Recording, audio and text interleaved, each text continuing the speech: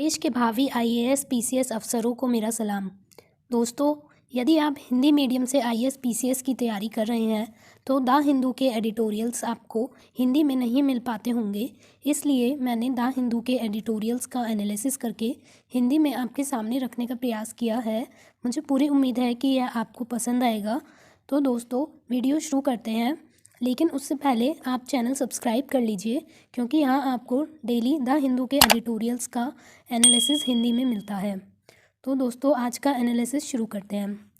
आज का संपादकीय विश्लेषण है, विवाह समानता के लिए एक मजबूत मामला मौजूद है। लेख हाइलाइट्स देखते हैं।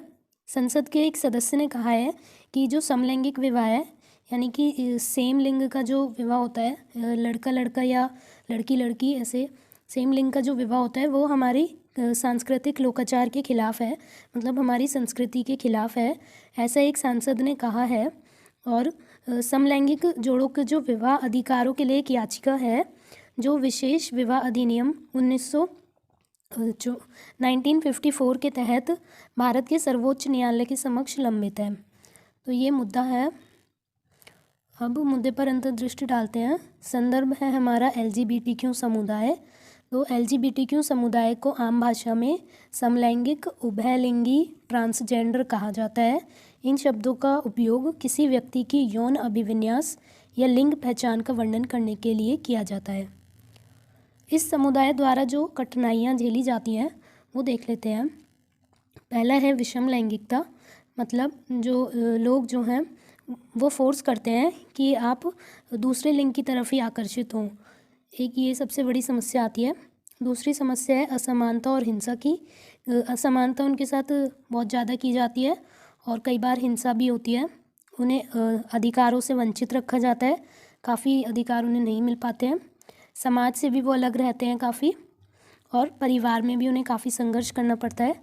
कई बार परिवार अपने बच्चे को छोड़ भी देते हैं और वो कहीं अलग जाकर फिर उसे रहना पड़ता है, और नस्लीय भेदभाव होता है उनके साथ। तो ये उनके साथ समस्याएं आती हैं। अब जो फैसला आया है उसमें क्या बाधा आ रही है? संस्था की वैधता, क्या अदालतों को विवाह अधिकारों में हस्तक्षेप करना चाहिए या फिर इसे संसद पर छोड़ देना चाहिए?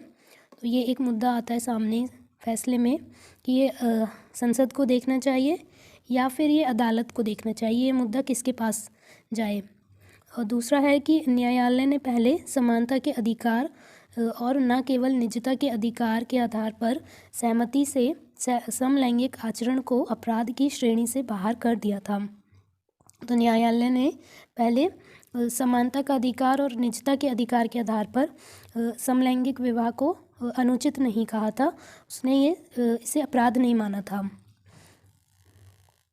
तो LGBTQ लोगों के यौन आचरण को निजता के अधिकार या समानता के अधिकार के रूप में कैसे निर्धारित किया गया है? किसी की यौन अभिविन्यास और यौन साथी की पसंद को निजता और व्यक्तिगत स्वतंत्रता के लिए आंतरिक माना गया है, और विषम लैंगिक जोड़ों के साथ समान लिंग वाले जोड़ों के समान उपचार को सर्वोपरि माना गया है। तो किसी की जो यौन साथी की पसंद होती है वो तो एक निजता का ही मामला आता है, और उनके साथ समानता का व्यवहार ही किया जाना चाहिए, जैसे कि बाकी समान लिंगों के साथ विषम लैंगिक जोड़ों के साथ किया जाता है। कुछ वैश्विक प्रथाएं देख लेते हैं। दोस्तों, ये आप अपने आंसर में अपने जो मेंस का आंसर होगा उसमें भी आप डाल सकते हैं एग्जाम्पल के तौर पर, या फिर अगर कोई ऐसे आता है इससे रिलेटेड तो उसमें भी आप डाल सकते हैं। तो the European court of human rights, Dudgeon बनाम UK। दोस्तों, डजियन ये एक व्यक्ति का नाम है और ये 1981 का मामला है। उसमें मानव अधिकारों पर यूरोपीय सम्मेलन के अनुच्छेद 8 के उल्लंघन के रूप में उत्तरी आयरलैंड में बग्गी के अपराध को रद्द कर दिया। इस प्रकार अदालत ने निजता का दृष्टिकोण अपनाया और अनुच्छेद 14 के तहत समान व्यवहार के प्रश्न पर विचार नहीं किया। तो ये यूरोप का एक मामला है।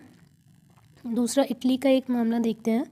ओलियारी बनाम इटली। इटली में विवाह अधिकार प्राप्त करने के लिए तो यहाँ पे अदालत ने तर्क दिया कि राज्यों को विवाह समानता प्रदान करने के लिए बाध्य नहीं किया जा सकता है, बशर्ते उनके अधिकारों की कानूनी मान्यता का कोई रूप हो। तीसरा है दक्षिण अफ्रीका का फौरी 2005 का संवैधानिक न्यायालय ने राज्य के इस तर्क को खारिज कर दिया कि संविधान केवल राज्य के हस्तक्षेप के बिना निजी जीवन में परिवार स्थापित करने के अधिकार की रक्षा करता है और शादी नहीं करता। तो ये 3 मामले हैं, यहाँ पे 3 मामले हैं, एक यूरोप का है, एक इटली का है और एक दक्षिण अफ्रीका का है। आप इन्हें अपने आंसर में एग्जाम्पल के तौर पर डाल सकते हैं, इससे आपका आंसर बहुत अच्छा बनेगा। भारत में LGBTQ के जो समुदाय है उसके अधिकारों को कैसे बहाल किया गया है, तो इससे संबंधित एक नवतेज सिंह मामला है। दोस्तों ये भी आप अपने आंसर में लिख सकते हैं कि ग्लोबल प्रैक्टिसेस जो हैं, विश्व की जो केसेस आए हैं उनके अलावा भारत में जो केसेस रहे हैं ये भी आपको डालना चाहिए। तो नवतेज सिंह 2018 का जो मामला है उसमें शीर्ष अदालत ने कहा है कि धारा 377 IPC को पढ़ा और सहमति से यौन आचरण को अपराध की श्रेणी से बाहर कर दिया। तो इस मामले में कोर्ट ने जो है समलैंगिक विवाह को उचित ठहराया था। अब अनुच्छेद 15 जो संविधान का है वो कहता है कि रूढ़िवादिता को कायम रखने वाला कोई भी वर्गीकरण अनुच्छेद 15 का उल्लंघन करता है। और अनुच्छेद 21 के तहत शारीरिक स्वायत्तता का उल्लंघन। तो अगर समलैंगिक विवाह पर किसी को कोई आपत्ति होती है तो वो अनुच्छेद 15 के खिलाफ जाता है और अनुच्छेद 21 के खिलाफ जाता है। तो भारत में अनुच्छेद 15 और अनुच्छेद 21 के तहत LGBT समुदाय के अधिकारों की रक्षा की जाती है। अब विशेष विवाह अधिनियम क्या है एक बार ये भी देख लेते हैं। तो भारत में विवाह संबंधित व्यक्तिगत कानून है कई, जैसे कि हिंदू विवाह अधिनियम 1955 का है, मुस्लिम विवाह अधिनियम 1954 है, विशेष विवाह अधिनियम 1954 है। तो इन 3 कानूनों के तहत विवाह पंजीकृत किए जाते हैं। इसके अंतर्गत यह सुनिश्चित करना न्यायपालिका का कर्तव्य है कि पति और पत्नी दोनों के अधिकारों की रक्षा की जाए। विशेष विवाह अधिनियम 1954 जो है वो भारत की संसद द्वारा पारित एक अधिनियम है जिसमें भारत और विदेश में जो भारतीय नागरिक रह रहे हैं उनके लिए विवाह का प्रावधान है कि चाहे दोनों पक्ष किसी भी धर्म, समुदाय या आस्था से संबंधित हैं पर उन्हें मान्यता दी जाएगी। जब कोई व्यक्ति इस कानून के तहत विवाह करता है तो विवाह जो है वो व्यक्तिगत कानूनों द्वारा नहीं होता, बल्कि उसका जो पालन है वो विशेष विवाह अधिनियम के तहत आता है। इस अधिनियम की विशेषताएं देख लेते हैं।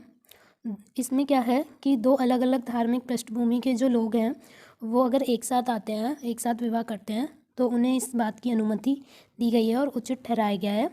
जहाँ पति या पत्नी या दोनों में से कोई हिंदू, बौद्ध, जैन या सिख नहीं है वहाँ विवाह के अनुष्ठापन तथा पंजीकरण दोनों के लिए प्रक्रिया निर्धारित की गई है। यानी कि अगर कोई हिंदू, बौद्ध, जैन या सिख दोनों में से नहीं है तो उनके लिए क्या प्रोसेस रहेगा वो डिसाइड किया गया है। उसके बाद एक धर्मनिरपेक्ष अधिनियम होने के कारण यह व्यक्तियों को विवाह की पारंपरिक आवश्यकताओं से मुक्त करने में महत्वपूर्ण भूमिका निभाता है। तो जो धर्मनिरपेक्ष अधिनियम है उसके कारण यह व्यक्तियों को विवाह की जो पारंपरिक आवश्यकताएं होती हैं उनसे मुक्त भी करता है। दोस्तों यदि आपने अभी तक चैनल सब्सक्राइब नहीं किया है तो चैनल सब्सक्राइब कर लीजिए और बेल आइकन दबा लीजिए ताकि आपको डेली द हिंदू के एडिटोरियल्स हिंदी में मिलते रहें। आगे का रास्ता वे फॉरवर्ड देख लेते हैं।